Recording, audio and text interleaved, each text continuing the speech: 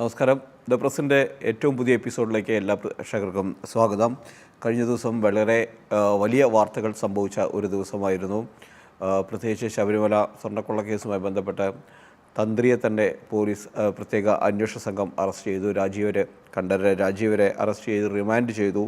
ഇതാണ് ഏറ്റവും വലിയ വാർത്തയായി ഇന്നലെ ഉണ്ടായത്. അതുപോലെ തന്നെ ഐപാക് റെയ്ഡിനെതിരെ ബംഗാളിൽ ED റെയ്ഡിനെതിരെ നടന്ന പ്രതിഷേധം ഡൽഹിയിലേക്ക് വ്യാപിച്ചു. ഡൽഹിയിൽ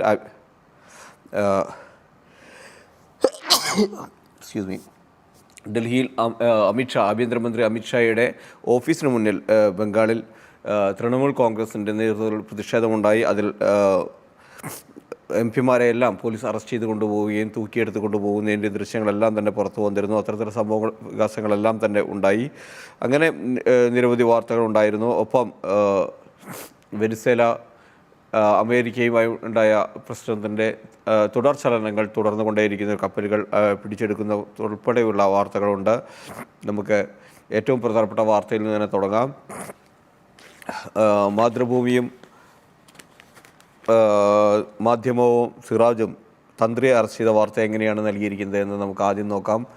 ശബരിമല സ്വർണ്ണക്കൊള്ള പോറ്റി തന്ത്രി കുടുങ്ങി എന്നാണ് റിമാൻഡിൽ തലക്കെട്ടിൽ തന്നെ മാതൃഭൂമി നൽകിയിരിക്കുന്നത്. അതേസമയം മാധ്യമവും സിറാജും അതിനെ നേരിട്ട് നൽകിയിരിക്കുകയാണ്. ശബരിമല സ്വർണ്ണക്കൊള്ള കണ്ഠരര് രാജീവര് അറസ്റ്റിൽ തന്ത്രിയും അകത്ത്.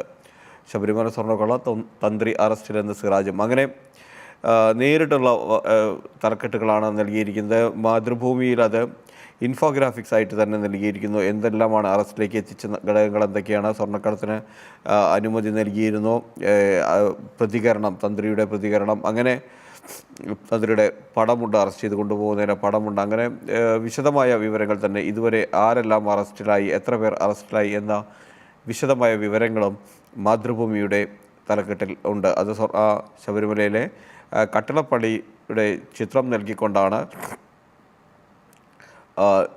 നൽകിയിരിക്കുന്നത്. ഇനി ആര് എന്ന ചോദ്യവും മാതൃഭൂമി ഉന്നയിക്കുന്നു. നമ്മുടെ വാർത്തയുടെ വിശദാംശങ്ങളിലേക്ക് പോകാം.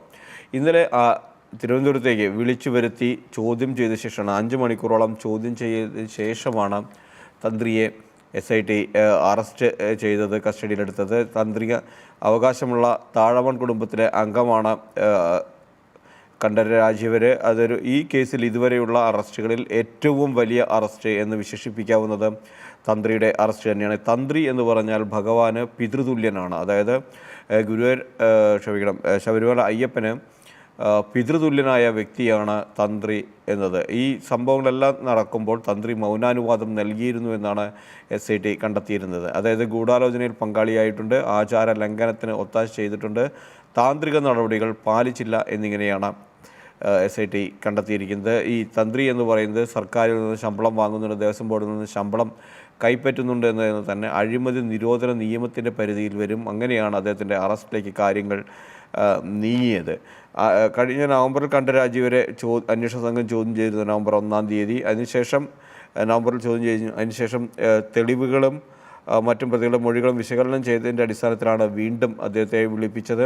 കേസിൽ അറസ്റ്റിലായ ദേവസ്വം ബോർഡ് മുൻ പ്രസിഡന്റുമാരായ പത്മകുമാറിൻ്റെയും വാസുവിൻ്റെയും മൊഴികളിൽ പോറ്റി ശബരിമലയിൽ എത്തിയത് തന്ത്രിയുടെ പിൻബലത്തിലായിരുന്നു എന്ന് പറയുന്നുണ്ട്. തന്ത്രിയാണ് ഇദ്ദേഹത്തെ കൊണ്ടുവന്നത്. തന്ത്രി ബാംഗ്ലൂരിൽ ഒരു ക്ഷേത്രത്തിൻ്റെ താന്ത്രികാചാര്യനായിട്ട് പ്രവർത്തിക്കുന്നുണ്ട്. ആ അമ്പലത്തിലെ പോറ്റിയായിരുന്നു, ശാന്തിക്കാരനായിരുന്നു ഉണ്ണികൃഷ്ണൻ പോറ്റി.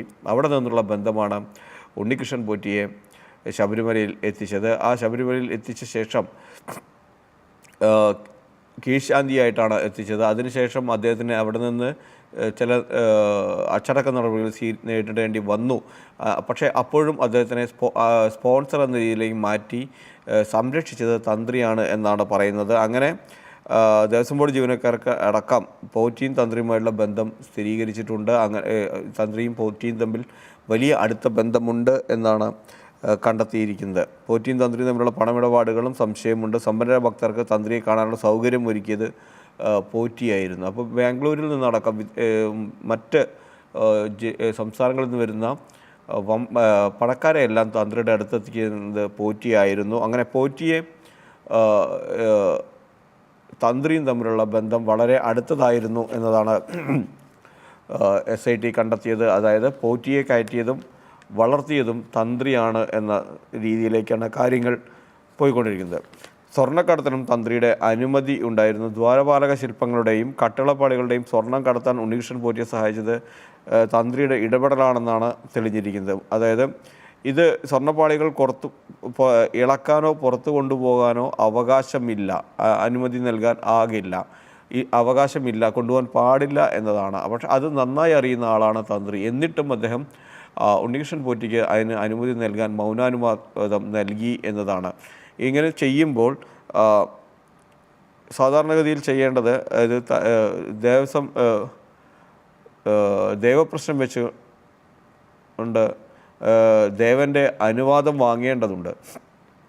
ദേവൻ എന്താണ് ഇതിന് പറയാനുള്ള അദ്ദേഹത്തിന് ദേവപ്രശ്നം വെച്ചുകൊണ്ട് ചെയ്യണം. പക്ഷേ ഈ സമയത്ത് നിന്ന് തന്നെ 2019 അല്ലെങ്കിൽ പിന്നീട് ഈ സാധനങ്ങൾ ഓരോന്നായി പുറത്തു കൊണ്ടുപോകുമ്പോഴും അദ്ദേഹം ദേവൻ്റെ അനുമതി ചോദിച്ചിരുന്നില്ല എന്നതാണ് ഏറ്റവും ശ്രദ്ധേയമായിട്ടുള്ള കാര്യങ്ങൾ.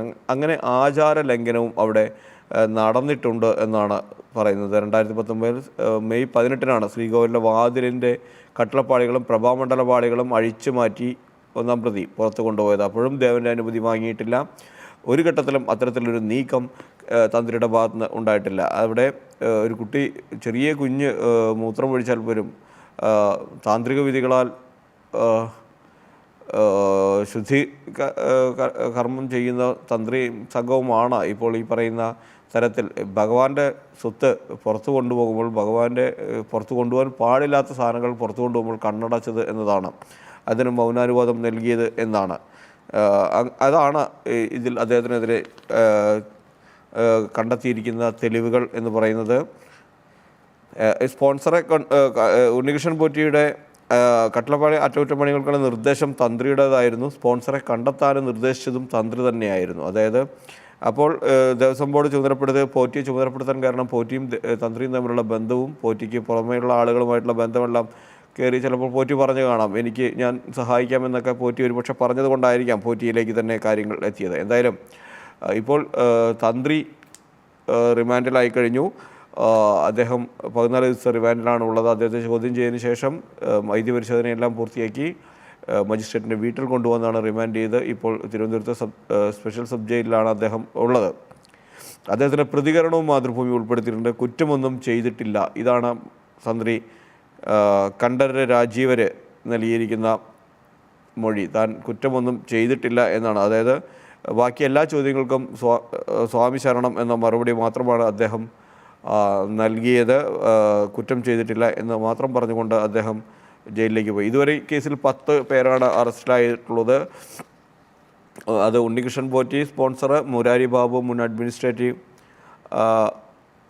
ഓഫീസർ, ഡി സുധീഷ് കുമാർ ശബരിമല മുൻ എക്സിക്യൂട്ടീവ് ഓഫീസർ, KS ബൈജു മുൻ Thiruvabharanam commissioner, N Vasu Devaswom board മുൻ president, A Padmakumar Devaswom board മുൻ പ്രസിഡന്റ്, S ശ്രീകുമാർ മുൻ administrative officer, Pankaj Bhandari smart creations CEO, Govardhan ബെല്ലാരിയിലെ ജ്വല്ലറി ഉടമ, N വിജയകുമാർ ദേവസ്വം ബോർഡ് മുൻ അംഗം. ഇത്രയും പേരാണ് ഇതിനോടകം അറസ്റ്റിലായിട്ടുള്ളത്. ഇപ്പോൾ 11ാമതായി തന്ത്രിയും അറസ്റ്റിലായിരിക്കുന്നത്. 11 പേരാണ് മൊത്തം ഇപ്പോൾ ഈ കേസുമായി ബന്ധപ്പെട്ട്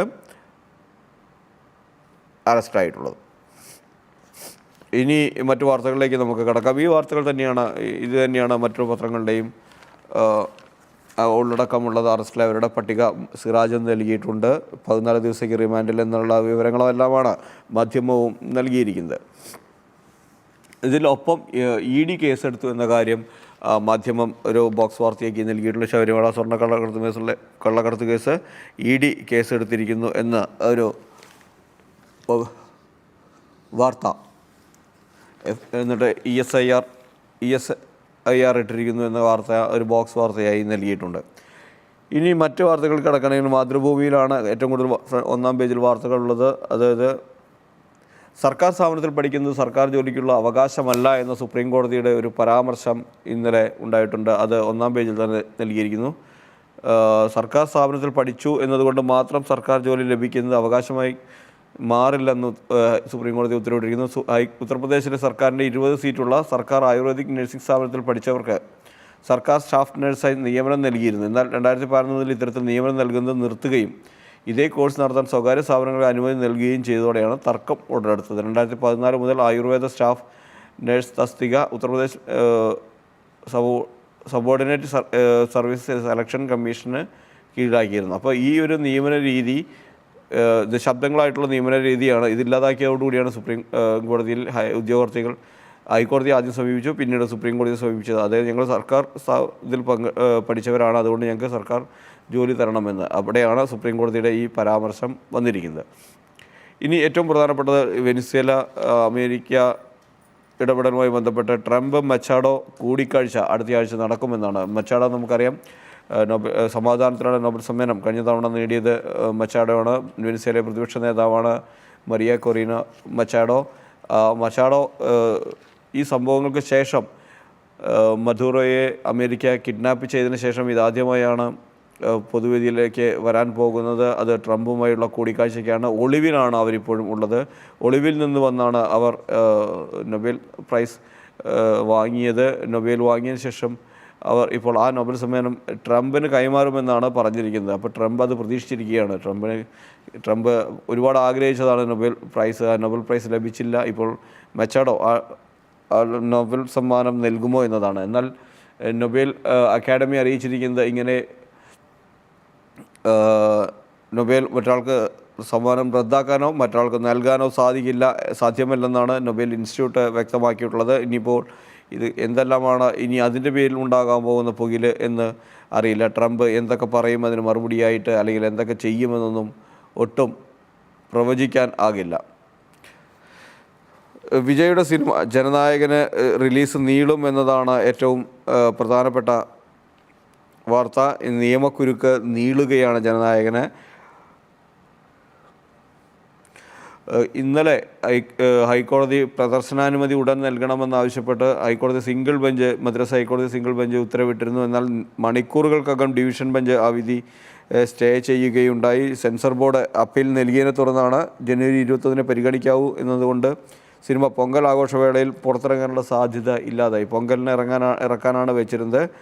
അതിലെ എന്താ പറയുക, സെൻസറിങ് വൈകുന്നു. സെൻസറിങ്ങുമായി ബന്ധപ്പെട്ടുള്ള പ്രശ്നങ്ങളാണ്, സെൻസർ ബോർഡുമായി ബന്ധപ്പെട്ടുള്ള പ്രശ്നങ്ങളെ തുടർന്നാണ് ഇപ്പോഴും സർട്ടിഫിക്കറ്റ് ലഭിച്ചിട്ടില്ല. അതുകൊണ്ടാണ് പ്രദർശനാനുമതി വൈകുന്നത്. സിനിമയ്ക്ക് UA സർട്ടിഫിക്കറ്റ് നൽകണമെന്നായിരുന്നു സിംഗിൾ ബെഞ്ച് ഉത്തരവിട്ടത്. ജസ്റ്റിസ് PT ആഷയാണ് വെള്ളിയാഴ്ച വിധിച്ചത്. ഒരാളുടെ പരാതിയുടെ അടിസ്ഥാനത്തിൽ സിനിമ പുനഃപരിശോധനാ സമിതിയുടെ പരിഗണനയ്ക്ക് വിട്ട സെൻസർ ബോർഡ് ചെയർമാൻ്റെ നടപടിയെ കോടതി വിമർശിക്കുകയും ചെയ്തു. എന്നാൽ മണിക്കൂറുകൾക്കകം അത് സെൻസർ ബോർഡ് അപ്പീൽ നൽകി. ചീഫ് ജസ്റ്റിസിൻ്റെ നേതൃത്വത്തിലുള്ള ബെഞ്ച് വൈകിട്ട് 3:30 പരിഗണിക്കുകയും വിശദമായ സത്യവാങ്മൂലം നൽകാൻ അവസരം ലഭിക്കാതെയാണ് വിധി പ്രസ്താവിച്ചതെന്നും അതുകൊണ്ട് സിംഗിൾ ബെഞ്ചിൻ്റെ വിധി റദ്ദ് ചെയ്യണമെന്നായിരുന്നു ആവശ്യം. പൊങ്കൽ അവധിയായതിനാൽ അതിനുശേഷം മാത്രമേ സത്യവാങ്മൂലം നൽകാനാകൂ എന്നും സെൻസർ ബോർഡ് അറിയിച്ചു. അങ്ങനെ വാദം 21 പൊങ്കൽ അവധിക്ക് ശേഷം അപ്പീലിന്മേൽ വാദം കേൾക്കാൻ കോടതി തീരുമാനിക്കുകയായിരുന്നു. അതുകൊണ്ട് ജനനായകൻ എന്ന സിനിമയുടെ റിലീസ് വൈകുകയാണ്. ഒരു പൂർണ്ണ രാഷ്ട്രീയക്കാരനായി മാറുന്നതിന് മുമ്പുള്ള അവസാനത്തെ ചലച്ചിത്രമാണ് വിജയുടെ ജനനായകൻ. അദ്ദേഹം അത് പ്രഖ്യാപിക്കുകയും ചെയ്തു. ഇനി സിനിമയിലേക്കില്ല, ഇത് തൻ്റെ അവസാനത്തെ സിനിമയാണ് എന്ന് പ്രഖ്യാപിച്ചുകൊണ്ടാണ് അദ്ദേഹം സിനിമയിലേക്ക് ഉപേക്ഷിച്ച് രാഷ്ട്രീയത്തിലേക്ക് കടക്കുന്നത്. ആ സിനിമയാണ് ഇപ്പോൾ നിയമക്കുരുക്കിൽപ്പെട്ട് ഇങ്ങനെ കിടക്കുന്നത് എന്നതാണ് ഏറ്റവും ശ്രദ്ധേയം. ഇതിൽ രാഷ്ട്രീയ വൈര്യമുണ്ടോ എന്നൊന്നും അറിയില്ല. ഏതായാലും സെൻസർ ബോർഡ് കേന്ദ്രത്തിന് കീഴിലാണ് വരുന്നത്. BJPയുമായി അദ്ദേഹം മുഖ്യമന്ത്രിയാക്കി കഴിഞ്ഞാൽ ഏത് പാർട്ടിയുമായും സഹകരിക്കാൻ തയ്യാറാണ് എന്നൊക്കെ പറഞ്ഞുകൊണ്ട് BJPയുമായും അദ്ദേഹം ചർച്ചയ്ക്ക് ശ്രമിക്കുന്ന നേരത്തുള്ള വാർത്തകളെല്ലാം വരികയും ചെയ്യുന്ന ഇടയിൽ തന്നെയാണ് ഈ സിനിമയും ബന്ധപ്പെട്ടുള്ള വാർത്തകളും വരുന്നത്. നേരത്തെ സൂചിപ്പിച്ച പോലെ ഡൽഹിയിൽ ഇന്നലെ തൃണമൂൽ കോൺഗ്രസിൻ്റെ നേതൃത്വത്തിൽ നടന്ന സമരം പ്രതിഷേധമായിരുന്നു. അത് രാഷ്ട്രീയ വേട്ടയാണ്. ഐപാക്കിൻ്റെ ഐപാക്കിൽ ED റെയ്ഡ് നടത്തിയതെന്നും മിനിഞ്ഞാന്ന് കൊൽക്കത്തയിൽ നടത്തിയ റെയ്ഡ് രാഷ്ട്രീയ വേട്ടയാണെന്നാണ് തൃണമൂൽ കോൺഗ്രസ് ആരോപിക്കുന്നത്. മമതയുടെ നേതൃത്വത്തിൽ കൊൽക്കത്തയിൽ വലിയ വമ്പൻ റാലി ഉണ്ടായപ്പോൾ തന്നെയാണ് ഡൽഹിയിൽ അമിത്ഷായുടെ ഓഫീസിന് മുന്നിലും MP മാരുടെ നേതൃത്വത്തിൽ പ്രതിഷേധമുണ്ടായത്. ഇവിടെ ഡൽഹിയിലായിരുന്നു. ഡെറിക് ഒബ്രിയൻ അടക്കമുള്ള നേതാക്കളുടെ നേതൃത്വത്തിലായിരുന്നു പ്രതിഷേധമുണ്ടായത്. കീർത്തി ആസാദ് ഉണ്ടായിരുന്നു, മഹുവ മൈത്രി ഉണ്ടായിരുന്നു. ഇവരെല്ലാം പോലീസ് തൂക്കിയെടുത്ത് അറസ്റ്റ് ചെയ്ത് കൊണ്ടുപോകുന്ന ദൃശ്യങ്ങൾ വന്നു. ജനാധിപത്യത്തെ കശാപ്പ് ചെയ്യുന്നു എന്ന രീതിയിലെല്ലാമുള്ള മുദ്രാവാക്യങ്ങളാണ് തൃണമൂൽ കോൺഗ്രസ് ഉന്നയിച്ചിരുന്നത്. ബംഗാൾ പോലീസ് കേസ് എടുത്തിട്ടുണ്ട് ED റെയ്ഡുമായി ബന്ധപ്പെട്ട്. ഇതിനോടകം തന്നെ അത്തരത്തിലൊരു വലിയ രാഷ്ട്രീയ വിവാദത്തിലേക്ക് തിരഞ്ഞെടുപ്പിന് മുന്നിൽ നിൽക്കെ പടിവാതിൽക്കൽ നിൽക്കെ കടന്നു പോകുന്നു എന്നതുകൂടിയാണ് ശ്രദ്ധിക്കേണ്ടതുണ്ട്.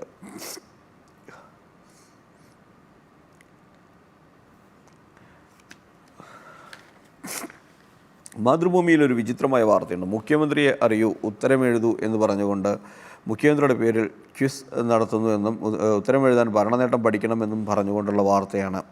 LSS USS സ്കോളർഷിപ്പ് പരീക്ഷകൾക്ക് മുഖ്യമന്ത്രിയുടെ പേരിട്ടതിന് പിന്നാലെ മുഖ്യമന്ത്രിയുടെ പേരിൽ സ്കൂൾ കോളേജ് വിദ്യാർത്ഥികൾക്കായി സർക്കാർ സംഘടിപ്പിക്കുന്ന ക്വിസും വിവാദത്തിലായിരിക്കുന്നു എന്നതാണ് ഇതിൻ്റെ നിയമസഭാ തെരഞ്ഞെടുപ്പ് അടുത്തിരിക്കെ കേരളത്തിൻ്റെ പുരോഗതി പ്രമേയമാക്കിയുള്ള ചീഫ് മിനിസ്റ്റേഴ്സ് മെഗാ ക്വിസിന് 10 വർഷത്തെ ഭരണ നേട്ടങ്ങളാണ് പഠിക്കാൻ നൽകിയിരിക്കുന്നത്. അതായത് അടുത്തൊരു PR പണി കൂടി ആരംഭിച്ചിരിക്കുന്നതർത്ഥം. ഇത്രയും കാലം നമ്മൾ കേട്ടിരുന്നത്, അല്ലെങ്കിൽ ഇടതുപക്ഷം എല്ലാം വിമർശിച്ചിരുന്നത്, മോദി ഇത്തരത്തിൽ PR പണി എടുക്കുന്നു എന്നാണ്. എന്നാൽ ഇപ്പോൾ അത് സംസ്ഥാനത്തും മുഖ്യമന്ത്രിയും ആ പണി നന്നായി എടുക്കുന്നു എന്നതാണ് പുറത്തു വരുന്ന വിവരങ്ങൾ. നമുക്ക് ഈ പത്രങ്ങളുടെ ഉൾപേജുകളിലേക്ക് പോവുകയാണ് എങ്കിൽ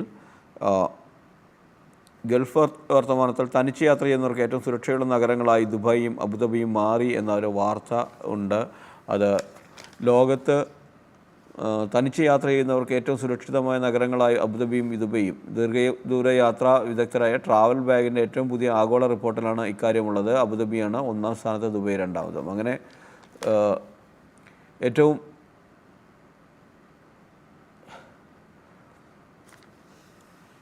സുരക്ഷിതമായ നഗരങ്ങളായി എമിറേറ്റ്സിലെ 2 എമിറേറ്റുകൾ എന്നത് ശ്രദ്ധേയമായ വാർത്ത തന്നെയാണ്. കുട്ടികളുടെ ഡിജിറ്റൽ സുരക്ഷയ്ക്കായി UAEയിൽ പുതിയ നിയമം എന്ന സാധനം വാർത്ത വീണ്ടും വരുന്ന അപകടകരമായ 4000 ഡിജിറ്റൽ പ്ലാറ്റ്ഫോമുകൾ നിരീക്ഷണത്തിലുണ്ട് എന്നും ഇത് നേരത്തെ തീരുമാനിച്ച വാർത്തയാണ്. അത് തീരുമാനിച്ച കാര്യമാണ്. അതിപ്പോൾ വീണ്ടും വാർത്തയായി വരുന്നു എന്നതാണ്. പിന്നെ ഗ്ലോബൽ വില്ലേജ് മെയ് 10 വരെയുണ്ട്, മെയ് 10 അടയ്ക്കുക എന്ന വാർത്തയും മാതൃഭൂമി 2ാം പേജിൽ നൽകിയിരിക്കുന്നുണ്ട്. സിറാജിൻ്റെ ഗൾഫ് വർത്തമാനത്തിൽ എന്താണ് ഉള്ളത് എന്ന് കൂടി നോക്കാം നമുക്ക്. അതായത് മരുഭൂമി യാത്രകളിൽ ജാഗ്രത വേണം എന്നാവശ്യപ്പെട്ടു ഒരു വാർത്ത, ഒരു മുന്നറിയിപ്പ് വാർത്ത, 6 നിർദ്ദേശങ്ങളുമായി അധികൃതർ എന്നത് വാർത്തയാണ് അവരേറ്റവും പ്രധാനപ്പെട്ട വാർത്തയായി നൽകിയിരിക്കുന്നത്. റാസൽ കൈമയിലും ഫുജൈറയിലും കനത്ത മഴ പെയ്തു എന്ന വാർത്ത അവർ നൽകിയിട്ടുണ്ട്. സാമൂഹിക സുരക്ഷാ പദ്ധതിക്ക് 40.4 കോടി അനുവദിച്ച ഷാർജ ഭരണാധികാരി എന്ന വാർത്തയും സിറാജിൻ്റെ ഗൾഫ് പേജിൽ, അതായത് പ്രാദേശിക പേജിൽ ഇടം പിടിച്ചിരിക്കുന്നു. മാധ്യമത്തിലേക്ക് വരികയാണെങ്കിൽ മാധ്യമത്തിൻ്റെ 2ാം പേജിൽ, അതായത് ഗൾഫ് പേജിൽ ഡ്രൈവറിലെ ടാക്സികൾ ആദ്യഘട്ടത്തിൽ 65 സ്ഥലങ്ങളിലാണ് എന്ന വാർത്ത. ഇത് സിറാജും നൽകിയിട്ടുണ്ട്. ഡ്രൈവറിലെ ടാക്സികൾ നിരത്തിലേക്ക് ദുബൈയിൽ 65 കേന്ദ്രങ്ങളിൽ ആദ്യഘട്ട സർവീസ് എന്ന് പറഞ്ഞുകൊണ്ടുള്ള വാർത്ത നൽകിയിട്ടുണ്ട്. മാലിന്യം വലിച്ചെറിയേണ്ട AI ക്യാമറ പിടിക്കും എന്ന വാർത്ത. ഇനി മുതൽ നിരീക്ഷണ ക്യാമറകൾ വയ്ക്കുകയാണ്, മാലിന്യം എറിയുന്നവരെ പിടികൂടാൻ AI ക്യാമറ സ്ഥാപിക്കുന്നു ദുബൈയിൽ എന്ന വാർത്ത ആണ് ഏറ്റവും പ്രധാനപ്പെട്ട വാർത്തയായി മാധ്യമം നൽകിയിരിക്കുന്നത്. വടക്കൻ എമിറേറ്റുകളിൽ കനത്ത മഴ പെയ്തു എന്ന വാർത്തയും ഇതിൽ നൽകിയിരിക്കുന്നു. നമുക്കിനി ഉൾപേജുകളിലേക്ക് കടക്കുമ്പോൾ ശബരിമലയിൽ തന്ത്രിയുടെ അറസ്റ്റുമായി ബന്ധപ്പെട്ടുള്ള കൂടുതൽ വാർത്തകൾ ഉൾപേജിൽ മാധ്യമം നൽകിയിട്ടുണ്ട്. കുടുങ്ങിയത് പോറ്റിയുടെ സ്പോൺസറാണ് എന്നത്, അതായത് പോറ്റിയുടെ സ്പോൺസറാണ് തന്ത്രി, പോറ്റിയുടെ സ്പോൺസറാണ്, ആ സ്പോൺസറിൻ്റെയും സ്പോൺസറാണ് തന്ത്രി എന്നാണ്. പോറ്റിയും തന്ത്രിയും തമ്മിലുള്ള ബന്ധം സ്ഥിരീകരിച്ച് ശാന്തിക്കാരടക്കം മൊഴി നൽകി എന്നത് വാർത്തയിൽ പറയുന്നു. ശബരിമല ചടങ്ങുകളെ ബാധിക്കില്ല. നിലവിൽ കണ്ഠർ മഹേഷ് മോഹനരാണ് ശബരിമലയിലെ തന്ത്രി എന്നതുകൊണ്ട് ശബരിമലയിലെ ചടങ്ങുകളെ ഇത് ബാധിക്കില്ല, ഈ അറസ്റ്റ് ബാധിക്കില്ല എന്ന വാർത്ത നൽകിയിട്ടുണ്ട്. മൗനാനുവാദം നൽകി ഗൂഢാലോചനയിൽ പങ്കാളിയായെന്ന് റിമാൻഡ് റിപ്പോർട്ടിൽ പറയുന്നു. റിമാൻഡ് റിപ്പോർട്ടിൻ്റെ വിവരങ്ങൾ നൽകിയിട്ടുണ്ട്. തന്ത്രിയുടെ അറസ്റ്റ് ഞെട്ടിക്കുന്നത്, ആരായാലും നടപടി വേണമെന്ന് BJP പറഞ്ഞിരിക്കുന്നു തുടങ്ങിയ വാർത്തകൾ. ശബരിമല സ്വർണ്ണക്കൊള്ള പ്രചാരണം തിരിച്ചടിച്ചെന്ന് LDF. മുന്നണിയുടെ അടിത്തറ ഭദ്രമായതിനാൽ നിയമസഭാ തെരഞ്ഞെടുപ്പിൽ മുന്നേറ്റമുണ്ടാക്കാനാകും. അങ്ങനെ തിരുവനന്തപുരത്ത് ഇന്നലെ LDFിൻ്റെ യോഗം ഉണ്ടായിരുന്നു. അതിൽ ശബരിമല സ്വർണ്ണക്കൊള്ള പ്രചാരണം തിരിച്ചടിച്ചെന്ന് LDF സമ്മതിക്കുകയാണ്. നേരത്തെ CPM അത് അംഗീകരിച്ചിരുന്നില്ല. എന്നാൽ LDFിലെത്തുമ്പോൾ CPM അടക്കം ചേരുന്ന LDFിലേക്ക് എത്തുമ്പോൾ അത് സ്ഥിരീകരിക്കുന്നു അല്ലെങ്കിൽ അംഗീകരിക്കുന്നു എന്നതാണ് ശ്രദ്ധേയം. ഇത്തരത്തിലുള്ള വാർത്തകളാണ് ഉൾപേജുകളിൽ ഉള്ളത്. നമുക്കിനി എഡിറ്റോറിയൽ പേജിലേക്ക് എത്തി നോക്കാം. എഡിറ്റോറിയൽ പേജിൽ മാധ്യമം ജൈവ മനുഷ്യന് വിട എന്നാണ് നൽകിയിരിക്കുന്നത്. അതായത് മാധവ് ഗാഡ്ഗിലിൻ്റെ നിര്യാണവുമായി ബന്ധപ്പെട്ട് അദ്ദേഹത്തിൻ്റെ മരണത്തിന് ശേഷമാണ് അതിൻ്റെ ഒരു ദിവസം കഴിഞ്ഞാണ് എഡിറ്റോറിയൽ എഴുതിയിരിക്കുന്നത്. മാധവ് ഗാഡ്ഗിൽ എന്ന വ്യക്തി ഉയർത്തിയ ചോദ്യങ്ങൾക്ക് ഇനിയെങ്കിലും നാം കേൾക്കുമോ എന്ന ചോദ്യമാണ്. അദ്ദേഹം ഉയർത്തിയ കാര്യങ്ങൾക്ക് ഇനിയെങ്കിലും നാം അദ്ദേഹം പറഞ്ഞ കാര്യങ്ങൾക്ക് ശ്രദ്ധിക്കുമോ കേൾക്കുമോ എന്ന ചോദ്യമാണ് നിലപാട് പേജിൽ മാധ്യമം ചോദിക്കുന്നത്. ഈ ഘട്ടത്തിൽ ഈ നിമിഷത്തിൽ ഉന്നയിക്കേണ്ട ചോദ്യം ഇതാണ്: ഇനിയെങ്കിലും നാം ഗാഡ്ഗിലിനെ കേൾക്കുമോ എന്നാണ്. പശ്ചിമഘട്ട സംരക്ഷണവുമായി ബന്ധപ്പെട്ട് അദ്ദേഹം പറഞ്ഞ കാര്യങ്ങളൊന്നും നമ്മൾ കേട്ടിരുന്നില്ല. ഇനിയെങ്കിലും നമ്മളത് കേൾക്കുമോ എന്നാണ് മാധ്യമം ചോദിക്കുന്നത്. അദ്ദേഹത്തിൻ്റെ പരിസ്ഥിതിവാദത്തെ ശക്തമായി എതിർത്ത പലരും ഉണ്ടാകാം. പക്ഷേ അദ്ദേഹം മുന്നോട്ട് വെച്ച അല്ലെങ്കിൽ പരിസ്ഥിതി സംരക്ഷിക്കാൻ വേണ്ടി അദ്ദേഹം മുന്നോട്ട് വെച്ച കാര്യങ്ങളെല്ലാം തന്നെ ഏറ്റവും പ്രസക്തമായിരുന്നു, കാലിക പ്രസക്തമായിരുന്നു. അത് പാലിക്കപ്പെടേണ്ടതുണ്ട്. അത് നമ്മൾ ഇനിയെങ്കിലും കേൾക്കുമോ എന്ന് മാധ്യമം എഡിറ്റോറിയലിലൂടെ ചോദിക്കുന്നു. സിറാജിൻ്റെ എഡിറ്റോറിയലാകട്ടെ സ്കൂൾ ക്ലാസ് മുറികളിൽ ബാക്ക് ബെഞ്ച് ഔട്ട് എന്നതാണ്. സ്കൂളിൽ ഇനി ഇരിപ്പിടങ്ങളുടെ ക്രമീകരണങ്ങളിൽ മാറ്റം വരാൻ പോവുകയാണ്. അതുകൊണ്ട് ബാക്ക് ബെഞ്ച് എന്ന സാധനം ഉണ്ടാവില്ല. ഇനി ഇങ്ങനെ വളച്ചിട്ട് റാ ടൈപ്പിലായിരിക്കും ബെഞ്ചുകളെല്ലാം ഇടുക. അതുകൊണ്ട് ബാക്ക് ബെഞ്ചേഴ്സ് എന്ന പ്രയോഗം ഇനി ഇല്ല. ഇനി വരുന്ന തലമുറയ്ക്ക് ബാക്ക് ബെഞ്ചേഴ്സ് എന്ന പ്രയോഗത്തിന് അർഹതയില്ലാതാവുകയാണ്. ഇത് നല്ല രീതിയാണ്. ആകൃതിയിലുള്ള ഇരിപ്പിട രീതി അധ്യാപകരും വിദ്യാർത്ഥികളും തമ്മിലുള്ള ആശയവിനിമയം മെച്ചപ്പെടുത്താനും കൂടുതൽ ഊർജ്ജസ്വലമായ പഠനാന്തരീക്ഷം സൃഷ്ടിക്കാനും സഹായകമാകും. അപ്പോൾ ഒരു പോലെ ക്ലാസ് മുറിയിലെ വിദ്യാർത്ഥികൾ ഇരിക്കാൻ അത്രയും എത്ര വിദ്യാർത്ഥികളെ ഉൾക്കൊള്ളാനാകുമെന്ന് അതിൻ്റെ ഒരു പ്രാക്ടിക്കൽ സൈഡാണ്. അത് ഓരോ ക്ലാസ് മുറികളുടെയും വലിപ്പം അനുസരിച്ചായിരിക്കും അറേഞ്ച് ചെയ്യാൻ സാധിക്കുക. ഏതായാലും നല്ലൊരു കാര്യമാണ്. ബാക്ക് ബെഞ്ചേഴ്സ് ഇല്ലാതെ ആകുമ്പോൾ ഏറ്റവും പിന്നിൽ പഠിക്കാത്തവർ, ഏറ്റവും മണ്ടന്മാർ അല്ലെങ്കിൽ അങ്ങനെയെല്ലാം വിശേഷിപ്പിക്കപ്പെടുന്നവർ, അവർക്ക് വേറെ എല്ലാ കഴിവുകളും ഉണ്ടാകും. അതൊന്നും തിരിച്ചറിയാതെ അവരെ ഏറ്റവും ബാക്ക് ബെഞ്ചിൽ കൊണ്ടിരുത്തുകയും അതനുസരിച്ച്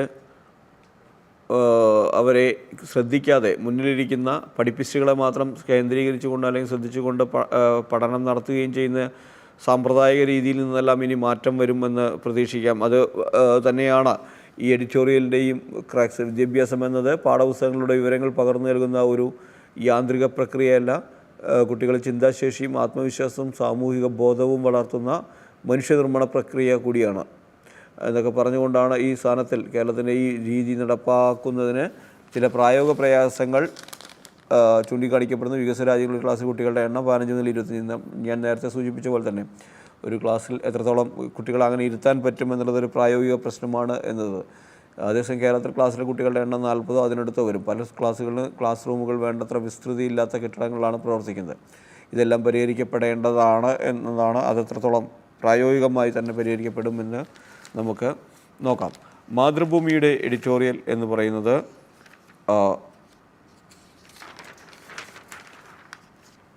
മാറി നടക്കാത്ത നേതൃരൂപങ്ങൾ എന്ന പേരിലാണ്. ജമാഅത്തെ ഇസ്ലാമി ആഭ്യന്തര വകുപ്പ് ഭരിക്കുമെന്നും AK ബാലൻ നടത്തിയ വർഗീയ പരാമർശത്തെ സംബന്ധിച്ച് തന്നെയാണ്. വെറുപ്പിൻ്റെ രാഷ്ട്രീയ രാജ്യത്ത് മേൽക്കൈ നേടുന്ന ഇക്കാലത്ത് മാറി നടക്കേണ്ട നാടാണ് കേരളം.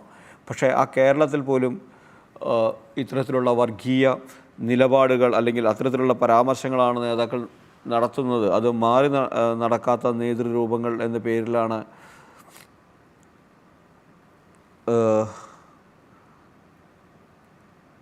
പറയുന്നത്. ഈ പോക്ക് അപകടത്തിലേക്കാണെന്ന് പ്രത്യേകം പറയേണ്ടതില്ല. വെറുപ്പിൻ്റെ രാഷ്ട്രീയം രാജ്യത്ത് മേൽക്കൈ നേടുന്ന ഇക്കാലത്ത് മാറി നടക്കേണ്ട നാടാണ് കേരളം. പക്ഷേ വർഗീയ വികാരമുണർത്താനും സമൂഹത്തിൽ ഛിദ്രം സൃഷ്ടിക്കാനും ലക്ഷ്യമിട്ടുള്ള പ്രസ്താവനകളാണ് ഇവിടെ ഉയരുന്നത്. കേരള ജനപക്ഷം പാർട്ടി നേതാവായിരുന്നപ്പോൾ ഇപ്പോൾ BJP PC ജോർജ് 2022 വിദ്വേഷ പരാമർശത്തിൻ്റെ പേരിൽ അറസ്റ്റ് ചെയ്ത അതേ മുഖ്യമന്ത്രി ഇപ്പോൾ ബാലനെയും വെള്ളാപ്പള്ളിയെയും കലവറയില്ലാതെ പിന്താങ്ങുകയാണ്. ഭിന്നിപ്പുണ്ടാക്കാനും അതിൽ നിന്ന് മുതലെടുപ്പ് നടത്താൻ ശ്രമിക്കുന്ന നേതാക്കൾ നവോത്ഥാനത്തിൻ്റെ മൂല്യ സംഹിതകളിൽ അശിക്ഷിതരാണെന്നേ കരുതാനാകൂ. നമ്മൾ നേരത്തെ കണ്ടിട്ടുണ്ട് PC ജോർജിനെ അറസ്റ്റ് ചെയ്ത് അകത്തിട്ട LDF സർക്കാരാണ് ഇപ്പോഴും ഇവിടെ ഭരിക്കുന്നത്.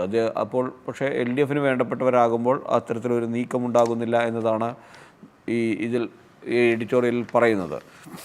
മാതൃഭൂമിയുടെ ഉൾപേജിൽ തന്ത്രിയും രാജീവരും തന്ത്രി കണ്ഠരര് രാജീവരും ശബരിമലയിലൊരു പൂജാ ചടങ്ങിനിടെ അദ്ദേഹത്തിന് ഒപ്പം തന്നെ ഉണ്ണികൃഷ്ണൻ പോറ്റി, തൊട്ട് നിഴലായി ഉണ്ണികൃഷ്ണൻ പോറ്റി നിൽക്കുന്ന ഒരു പടം നൽകിയിട്ടുണ്ട്. രാജീവർക്ക് പിന്നിൽ നിഴൽ പോലെ പോറ്റി എന്നാണ്. കഴിഞ്ഞ ദിവസം ചിത്രം മാതൃഭൂമി പുറത്തുവിട്ടിരുന്നു. പത്മകുമാർ പറഞ്ഞ ദൈവതുല്യനോ ഇദ്ദേഹമാണോ എന്ന് ചോദ്യങ്ങൾ വരുന്നു. അദ്ദേഹം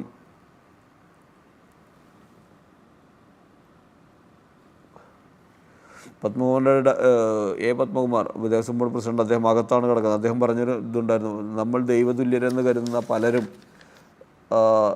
ഇതിനകത്ത് ഉണ്ടെങ്കിൽ എനിക്ക് എന്ത് ചെയ്യാൻ പറ്റും എന്ന ഒരു ചോദ്യം അദ്ദേഹം മാധ്യമങ്ങളോട് പറഞ്ഞിരുന്നു, പ്രതികരണമായി പറഞ്ഞിരുന്നു. ആ ദൈവതുല്യർ എന്ന് പറയുന്ന ആൾ കണ്ഠരര് രാജീവര് ആണോ എന്നാണ് ഇപ്പോഴും ഉയരുന്ന ചോദ്യം. കൂടാതെ തന്ത്രി പങ്കാളിയായി തുടങ്ങി വാർത്തകളെല്ലാം ഉണ്ട്. നിയമസഭയുമായി ബന്ധപ്പെട്ട നിയമസഭാ തെരഞ്ഞെടുപ്പുമായി ബന്ധപ്പെട്ട് മുസ്ലിം ലീഗ് 8 MLA-മാർ 3 ടേം കുരുക്കിൽ, അതായത് 3 ടേം കുരുക്കിൽ 8 MLA-മാരാണ് ഇത്തവണയുള്ളത്. ഇത്തവണ PK Kunhalikutty, Vengara KPM Majeed, MK Muneer, Manjalamkuzhi Ali, P Ubaidullah, PK Basheer, N Shamsuddin, NA Nellikunnu എന്നിവരാണ് 15 വർഷം പൂർത്തിയാക്കിയ MLA-മാർ. ഇതിൽ ആർക്കെല്ലാം ഇളവ് കിട്ടുമെന്നാണ് ലീഗ് പാളയത്തിലെ ആകാംക്ഷ. കഴിഞ്ഞ തവണ 6 പേരാണ് 3 ടേമായി എന്ന് പറഞ്ഞുകൊണ്ട് മാറിയത്. ഇതിൽ VK ഇബ്രാഹിം കുഞ്ഞ്, അബ്ദ്രബ്, മമ്മൂട്ടി, ഉമ്മർ, TA അഹമ്മദ് കബീർ, ഖമറുദ്ദീൻ എന്നിവരായിരുന്നു അന്ന് മാറിയത്. ഇത്തവണ ഇതിൽ ആർക്കെല്ലാം ഇളവ് കിട്ടും, ആരെല്ലാം മാറുമെന്ന് നോക്കാം. ഒരു വാർത്ത കൂടി മാതൃഭൂമി നൽകിയിരിക്കുന്നു. മാധവ് ഗാഡ്ഗിലിൻ്റെ സംസ്കാര ചടങ്ങുമായി ബന്ധപ്പെട്ടാണ്. പ്രകൃതി മറക്കാത്ത ഗാഡ്ഗിലിനെ പ്രമുഖർ മറന്നു എന്ന് പറഞ്ഞുകൊണ്ടാണ് ഉണ്ടായത്. മഹാരാഷ്ട്ര പരിസംരക്ഷണത്തിൽ ഒരു ജീവിതകാലം ഒഴിഞ്ഞു വെച്ച് മാധവ് ഗാഡ്ഗിലിൻ്റെ പൂനെയിലെ സംസ്കാര ചടങ്ങിൽ പ്രമുഖരാരും എത്തിയില്ല എന്നാണ് വാർത്ത. മഹാരാഷ്ട്ര ഗവർണർ ആചാര്യ ദേവവ്രത്, മുഖ്യമന്ത്രി ദേവേന്ദ്ര ഫഡ്നവിസ് തുടങ്ങിയവർ അനുശോചനം രേഖപ്പെടുത്തിയെങ്കിലും സംസ്കാര ചടങ്ങിനെത്തിയില്ല. പത്മഭൂഷൺ നേടി രാജ്യം ആദരിച്ച അദ്ദേഹത്തിൻ്റെ വസതിയിൽ ഇവരാരും നേരിട്ട് എത്തിയിട്ടില്ല. അങ്ങനെ പ്രമുഖ നേതാക്കന്മാരോ അല്ലെങ്കിൽ ആരും തന്നെ അദ്ദേഹത്തിന് അന്തിമോപചാരം അർപ്പിക്കാൻ എത്തിയില്ല എന്നുള്ള വാർത്ത ആണ് മാതൃഭൂമി നൽകിയിരിക്കുന്നത്. ഇനി സ്പോർട്സ് പേജിലേക്ക് ഒന്ന് കിടക്കുകയാണെങ്കിൽ, ഇന്നലെ വനിതാ IPL ആരംഭിച്ചു. അതിൽ ക്ലിക്ഡ് എന്ന പേരിലാണ് ഇന്നലെ ബാംഗ്ലൂരു ജയിച്ചു. അത് അവസാനം വെടിക്കെട്ട് നടത്തിയ